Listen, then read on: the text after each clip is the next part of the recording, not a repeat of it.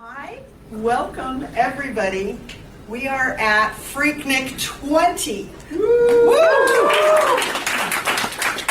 We're breaking the tradition and starting on time. Starting on time, no less.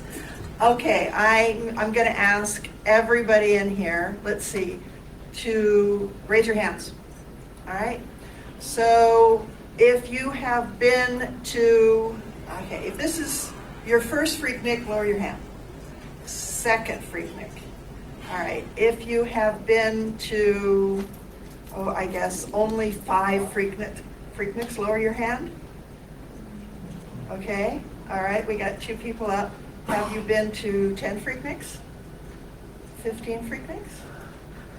Okay, so back up with 10. All right, well, just tell us, how many PhreakNICs have you been to? This is my 11th. 11th PhreakNIC? This is 13. Wow, congratulations. All right, and that's probably around where I'm at. Ben, where are you at? I'm 7th. 7th PhreakNIC. Okay. I mean, it's just amazing that it started in the 1990s, and here we are today. So I'm going to go over really briefly kind of where we are today, and then Key is going to go into the rules for the King of the Hill competition. So. And I'm actually prepared this year. So we got a bunch of great talks for you. We have some really smart people coming in from some of the 3-letter agencies and talking about we've got some PhDs coming in talking about really deep dives that they're going to be doing. And so Friday and Saturday, and I'm going to be giving a talk on agile development for anybody that's interested in that.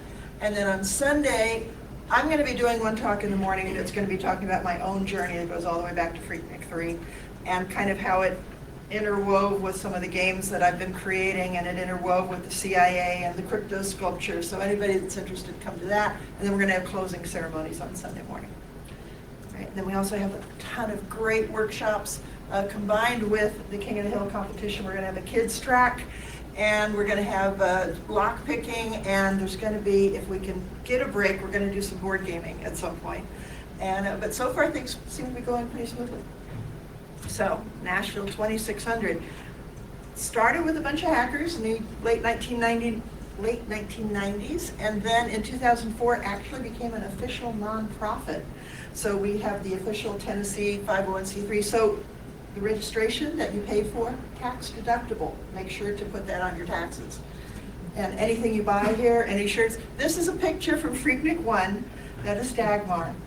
And you can see his monitor. Remember, everyone who came that time had to lug these enormous monitors to PhreakNIC. So 20 consecutive PhreakNICs. No other HackerCon, no other annual HackerCon has managed that, to do 20. We're really proud. We've been through tons of different hotels. At the beginning, we had a reputation that every hotel we had a PhreakNIC in would then be torn down. So we would have to then go and find another hotel, because we were just going super budget. And then we went to the Millennium Maxwell and kind of bounced back and forth with the Clarion in here. But we've managed to keep it happening. The torch has been passed from one group to another, and somehow we make it happen. There was a kind of problem with PhreakNIC18 with the Millennium Maxwell Hotel. Some of you may have heard about that. Kind of drained the coffers of the nonprofit. But we figured out what happened, we learned from it, and we decided to keep moving forward. We completely reorganized everything in 2015. We had a new board, and we came up with a new logo, this brand new logo, which I adore. And we rewrote the bylaws, and we completely redid the financials. We decided we were going to have like a set of values, communication, transparency, oversight, and an improved culture, treating each other with respect, be excellent to each other. 2016, we continued. We have a new board. Boy, that's small print. So we moved the monthly meeting places from JJ's because that was going to be torn down, and so now we're at Emma's downtown. We had a loan to CodexCast. That was the only way we were able to survive last year. We were encouraging everyone to please go and get an account at CodexCast, and then they would forgive $100 of the loan, and everybody did really well, and we finally completely settled the loan, a combination of the sign-ups and then also a bit of cash, and so that is 100% off the books. We're thrilled with that. We changed banks because US Bank will give free accounts to nonprofits, so we're no longer having to pay that monthly charge. We think we're doing better at advance notice for the conferences, so you don't have to find out like a month and a half prior where the hotel is and where it's going to happen. Also, we've got a much improved social media presence, primarily because of Key. He's been doing a great job on Twitter, kind of announcing things. Also, we've been doing better with sponsors.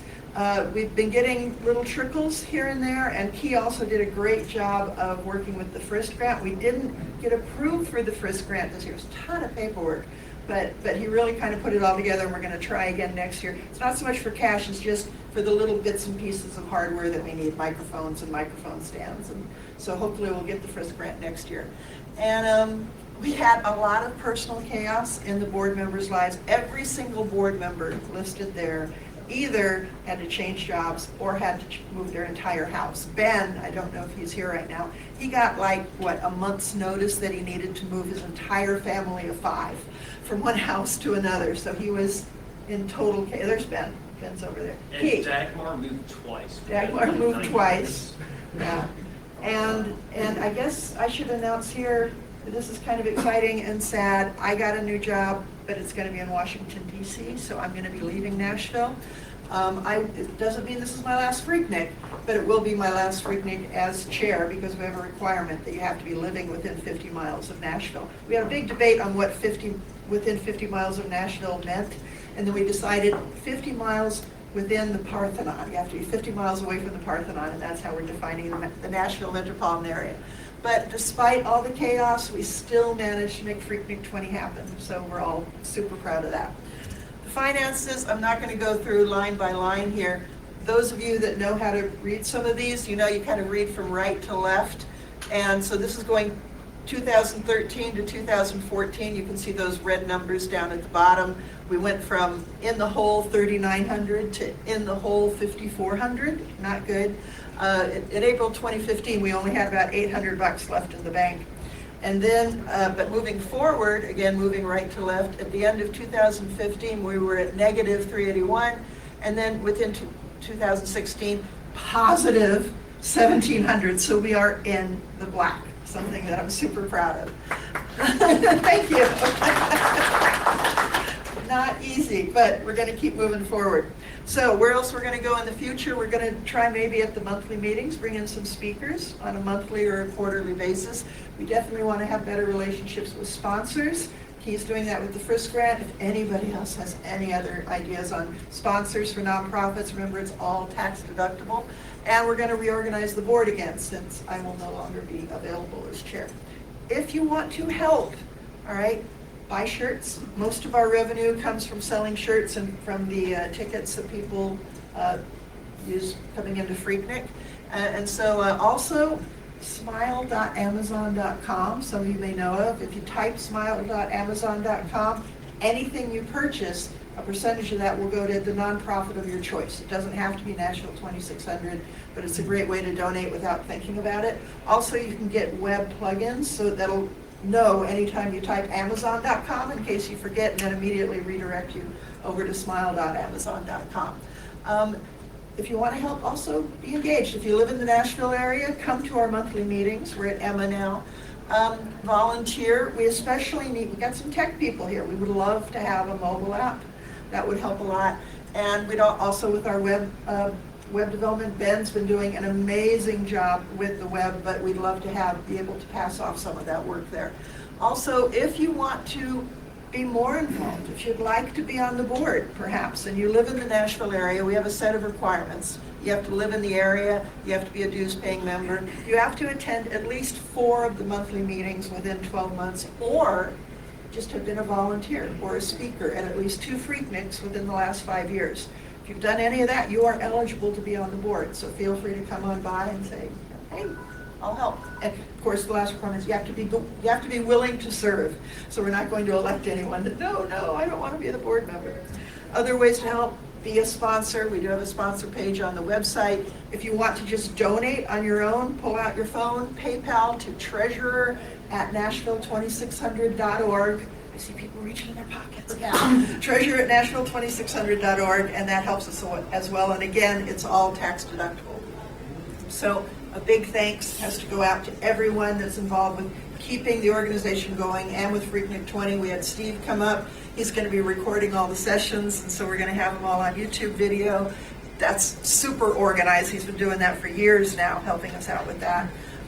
We've got other volunteers that are helping out at registration, and we've got some people that are going to be helping out with the King of the Hill. So a big thanks to the speakers, the staff, the volunteers, the hotel, the sponsors, and everybody. So, any questions about Nashville 2600 or PhreakNIC or anything? Okay, then we are on to King of the Hill. Key, bring it on. Okay, so, yeah, all right, that works. Technically, Ben and I are doing this talk, but I'm going to be doing most of the talking. So it's more like, it's by me with select cameos by Ben the Meek. Yeah. Yeah. All right, so this is just kind of the rough outline of things that will be talked about. I'm pretty sure that's the correct order. This has been revised a couple of times. Yeah, Ben signed off on it, so I think we're good. Essentially, NetKOTH is a CTF for lazy bastards, to quote Iron Geek, and that sounded good to us, so we liked his format. There really aren't any flags. With a lot of CTFs, you have to break into it and then find like a text file with an MD5 checksum. We're not doing that. Some of the VMs might have something like that, so if you want to do that, that's great, but it's not relevant to scoring points in NetKOTH. Essentially, you break into each box that you can break into and deface the index page. I figure that's good enough for Malaysian script kiddies, so it's good enough for PhreakNIC. Yeah, we have a range of IPs. They'll be on the scoreboard box, the IP of which is a couple of slides from now. Don't attack anything outside of that.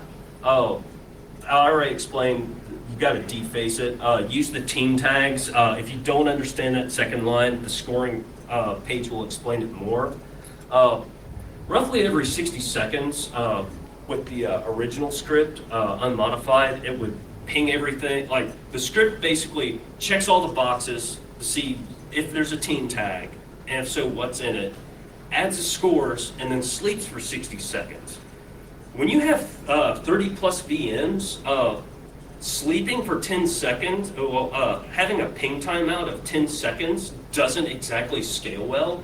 So I had to play with that a bit. So the timeout is now 1 second. And if I have only a handful of VMs, it'll still check about every 60 seconds. But if I fire everything up, points will be added every 30 seconds. So towards the end, I'll probably do that just to cause mayhem. Yeah, that's pretty much all that's worth talking about there. One thing that will not be covered here, there will be no Hackerman's hacking tutorials. If you want that, Brimstone is doing an Nmap workshop at some point. Oh, Jesse's not here, so no smashy during the middle of your talk. We won't relive that trauma. Yeah, this is literally nothing but NetKOTH and the network. All skill levels are welcome, from no faults dog to if you're like secretly zero cool, you're allowed to participate. I told you I was putting that picture in. I told you. All right, so Ben kind of gave me the history, and I pieced it together a little bit from talking to other people. Root Wars was kind of always haphazard. It was kind of, in a way, it worked out a lot like last year's NetKOTH did. People would bring hardware, and then it wouldn't work, and then most of the con would be spent getting the setup sort of working, and yeah. It was just a giant mess. Iron Geek had the NetKOTH presentation at PhreakNIC20, and I think that might have been the first talk he did about that. He did some other talks around that same time, like at other cons. But in a normal CTF, for those who don't know, it's a real nightmare to keep the machines running. Everybody's hitting them at once. It becomes this huge mess. So Iron Geek thought up this idea, oh, we're gonna make a King of the Hill. So whoever has their name on the website, it's running and that's it. And we don't have to sit there and reset flags and roll back and all that kind of thing. And he just really simplified the process. We didn't move on that then and didn't for 2 years until 18. Yeah, and Keith Watson ran that. Yeah. Keith Watson ran NetKOTH in PhreakNIC20. Brimstone sort of completely dominated that. Yeah, he put fake names up till it spelled B for, all the different names that were winning until it spelled Brimstone in a straight line down with all the people winning in a row. Yeah, it was. Yeah, and we basically didn't give him a choice about being on the blue team after that next year, which was great because he really saved mine and Ben's sorry asses last year. I think we should just move on and let's not dissect what happened last year. If you want to know, hit me up later. Ben, this is kind of your journey. Okay. This is like a sidebar that jumps into the. So you guys know that I bring the Unreal tournament. I take it to several different cons, and I started it here 5 years ago, and it was just 6 piece of junk computers without hard drives booting off a server, running Unreal, the old Unreal, 1999, and it worked pretty well. It was booting an ISO, and it did well. And over the years, it's kind of scaled to the point that now we have 40-something computers trying to boot off the Pixie, and DDoS complete. Right, and so we're growing. But during that time, as we got better machines, I got access to a bunch of laptops without hard drives, and the system just kept growing bigger and bigger to the point that I almost need somebody who's really good with Linux to help me find out why things go slow sometimes. So if you've got an N-top, an H-top, something that would tell you what's going on when I have problems on the Pixie land, that'd be great. I'd take your help. But then last year, we decided we wanted to help, because most people were afraid to participate in the CTF. They don't want to get involved. They don't know what to do. They're afraid to touch it. And so last year we decided we really wanted to make it available for anybody to try if they wanted to. And we found out that the Kali Linux, which everybody uses for pen testing, is built on Ubuntu. And I was already using Ubuntu, so I tried it. I just tried to network boot, and that worked just like my Unreal machines. So what we've got in there, if you want to sit down, you don't have to bring your own machine, you don't have to bring your own hardware. If you want to sit down, you can boot up any one of those machines. If you don't like what's on there, just power it off and power it back on. And you can select Kali from the list and start participating in the NetKOTH. Maybe even get some direction from others around. But you don't have to know anything or bring your own hardware to do it now. So that lab is totally available. Any of those machines should do it pretty well. And then this year, of course, added more computers and actually got a really good server and testing system beforehand instead of like last year. It's a work in progress. All right, main differences from last year to this year. I actually have access to the network. Oh, yeah, that was one of the things that made last year a raging dumpster fire. The Kali images are not just like grabbed off the internet. I actually built those myself. They are up to date fully as of Halloween. I figured that was a good cutoff day, and depending on how tired I was coming into this talk, I would be able to remember Halloween. We have actually 34 VMs on the scoreboard. Probably about 30 of them actually work. I have a list of random bonus to do things, and among those are to get those VMs working. If you want a prize, which we're giving out prizes, Brimstone, you have to register. And literally, just registration as simple as walk up to me, tell you who you are, maybe give me an email address in case you want to be contacted in case you win.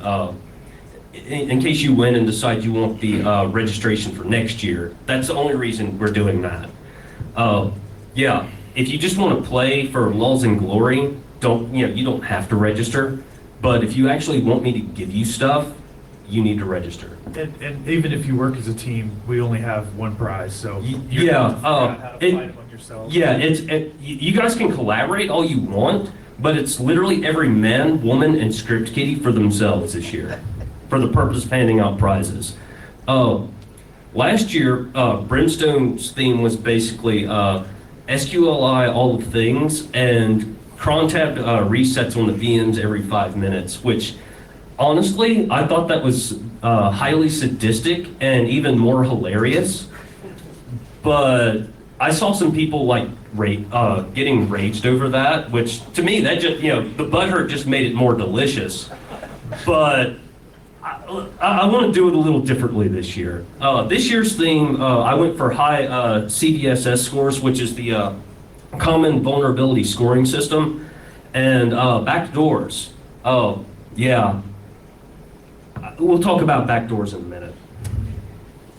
Oh, I actually counted CVEs for the stuff I set up this year, and I quit counting at 119, and then Dirty Cow dropped, so I've got at least 120. Okay, actual rules, aka the part of the talk no one actually wants to hear. Only attack the IPs listed on the scoreboard. It'll be in this ugly, like, gray table thing. That's the IP for the score box, so just open up Firefox and go to that IP and you'll see everything. Network layer fun is okay, I don't care. I've taken some steps to maybe thwart some of that, maybe I haven't. You'll just have to figure that out. And really, guys, don't try to own your fellow players. I don't want to like have someone complain that they've had this happen to them. Just, it's uncool. Don't do it. The network is air gapped. Don't violate the gap. Just don't. We've added a rule this year. We have a bunch of laptops in the gaming area and even more in the workshop area. If you're playing NetKOTH in the workshop area and there's a workshop going on, we would like to ask you to move because people want to learn. And I think there's enough laptops to go around for everyone. And the final catch-all rule, because I'm this year's not so benevolent dictator, I can change the rules whenever I want, however I want. So if I decide, okay guys, you can all start owning each other as violently as you want, that's what's going to happen. If you break the rules, for those of you who don't remember me from last year, I'm the guy who had this. You owe me for a laptop. Ben's got like 100 of them. Other possible consequences. There are USB killers now, but that's like old school cool. In London? We're not in the UK. We're hackers, we'll figure it out.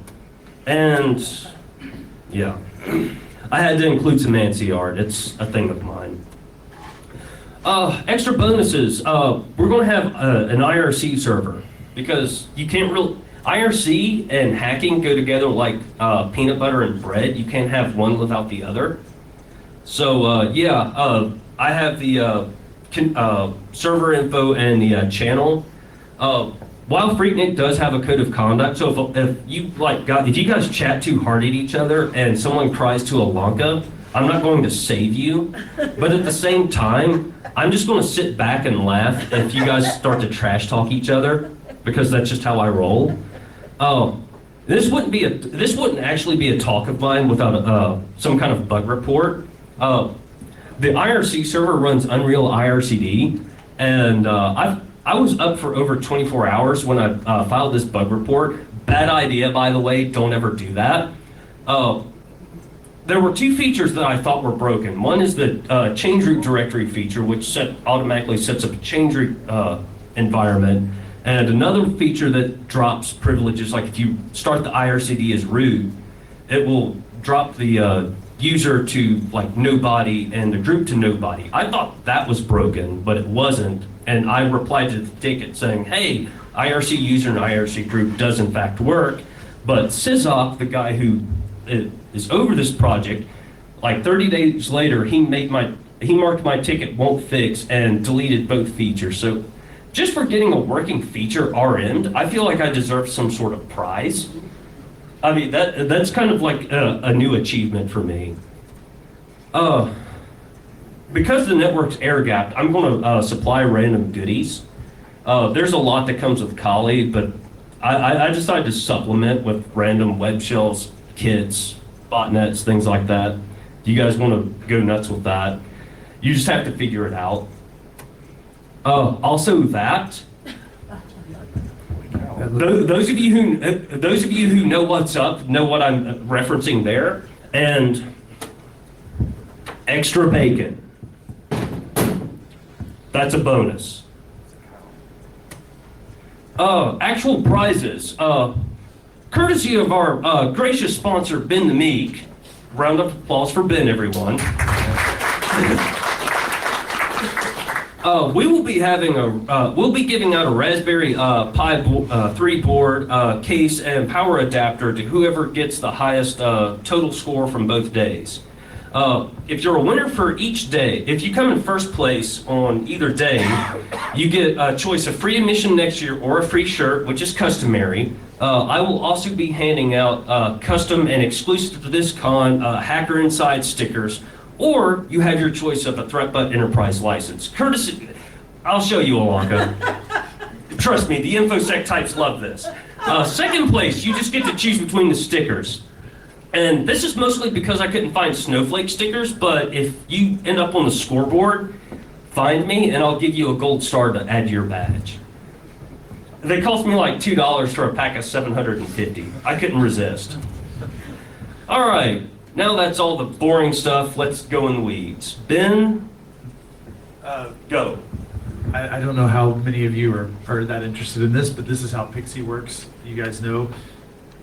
We've got that set up over there. I can go into the details. I've got it on there. I could just read from this, but essentially a machine requests a DHCP. We give it an option in the DHCP. It goes to a TFTP server, boots a Linux kernel, mounts an NFS share, and then boots up the rest of the system. So you could go to the next slide. Yeah. Okay. So I mean, it's pretty straightforward, Pixie, and I can explain it and would love to get into the weeds with it, any of you want to, but I don't want to bore those who are not interested in how this works. So go ahead and go on to the next page. All right. There are two reasons for the Kali ISOs. Last year, I had devs for the IRC clients, and Ben just kind of sat on those, and I was like, why, Ben? He's like, that's effort. I was like, okay. What if I roll my own image? And he's like, standard issue, Ben the Meek answer, sounds like a great idea as long as I'm not the one doing it. Am I wrong? Did I mischaracterize that in any way? Okay, cool. I just wanted to make sure we got our stories straight. There were also, for those of you who played last year, Ben had a newer Kali image that had graphical issues. We somehow managed to accidentally fix that, so yay. That was the other reason. We could use like any GUI we want, but we just decided to go with XFCE since we were already using that for some of the other images and knew it basically worked. If you follow the docs in that URL and git clone that project, there are files that have variant in the name, and you just pick the one for the GUI you want and add the packages you want to that text file and run the build script, and it will pull those packages and bake them in automatically. So you have IRC clients this year for that reason. The VM stuff, I'm not going to get too deep in the weeds on. I got mad and bought hardware. We're also using Ben's old desktop from last year. It now works. Yeah. OVAs are a wonderful thing. We're for the virtualization by 2U servers using KVM. We're still using VirtualBox for Ben's old desktop. Some stuff we just like grabbed off the internet. A lot of it was hand rolled. Some of it not too deeply. Some of it I would add. They can be owned 7 ways from Sunday. You're just going to have to figure out which is which. For the ones I spend a lot of effort on, CVEdetails.com is wonderful. The hard part is sometimes tracking down the vulnerable software. There was one situation in particular. I found a vulnerable version of something I wanted to use, and then I went to that project's history, and everything that was possibly affected and before had been wiped. Like they only serve up everything after that. I was like, oh, I bet I know why. Oh, for those of you who like Debian and want to play around, snapshot.debian.org is kind of amazing. It makes a snapshot of the entire package repository every 6 hours, and you can set one of those in your sources.list and run packages from that exact slice of time if you want to play with a specific vulnerability. Once I got done with all of that, I added some stuff, and I'm not going to lie, I showed some of this stuff. I explained some of these things I did to friends who don't know any of you and have no cause to burn me by leaking this stuff. And when you figure these out, I guarantee some of you will have this reaction. It's not that scary. No, it's not. All right, my personal pet project for this year, after getting the VM straight, was making a proper packet capture setup. The first iteration was just something that was destined for a dumpster. I paid like $25 for it off of Craigslist. I decided that wasn't going to be good. I said it was sufficient, but I wanted something newer, and I bought that. Show of hands, who sold the tweet about the Endace capture card? That is not being used. I bought it off of eBay for less than $10 because apparently buying legitimate surveillance tech for under $10 is possible. Who would have thought? But it's super old, which is whatever, but there are no drivers out in public. Some researcher had published a tarball of drivers at one time, but it's long gone, and I didn't feel like tracking the guy down and harassing him with, hey, I want drivers, hook me up. And I didn't really think Endace would appreciate emails from root@abigisp.com requesting drivers. That just didn't seem like a very good idea. One thing to point out, if you do bring your own setup and you have like leak email clients or whatever, there is no privacy on this network. Everything is going to be published. The IRC server intentionally runs without SSL. Yeah, there's like almost no crypto other than like SSH and some other stuff where it accidentally happened. So just bear that in mind.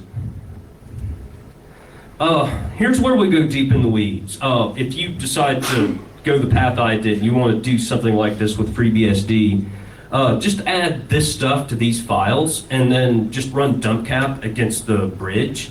The reason for dumpcap as opposed to TCP dump, TCP dump likes to parse the packets, and sometimes that's hilariously bad. Like if there's a packet parsing bug, dumpcap is just kind of dumb and just inhales everything without trying to figure out what it is, which also keeps the RAM use from creeping up.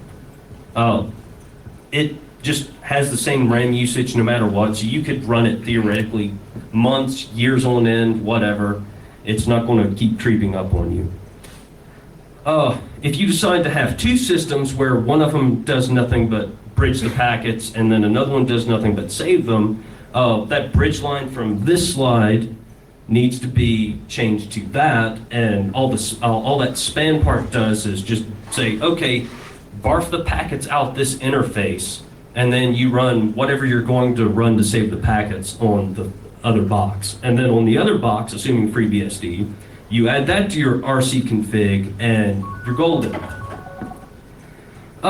Credits, I built all the VMs. I'm basically the server end, Ben is the client end. Iron Geek wrote the code and had the idea.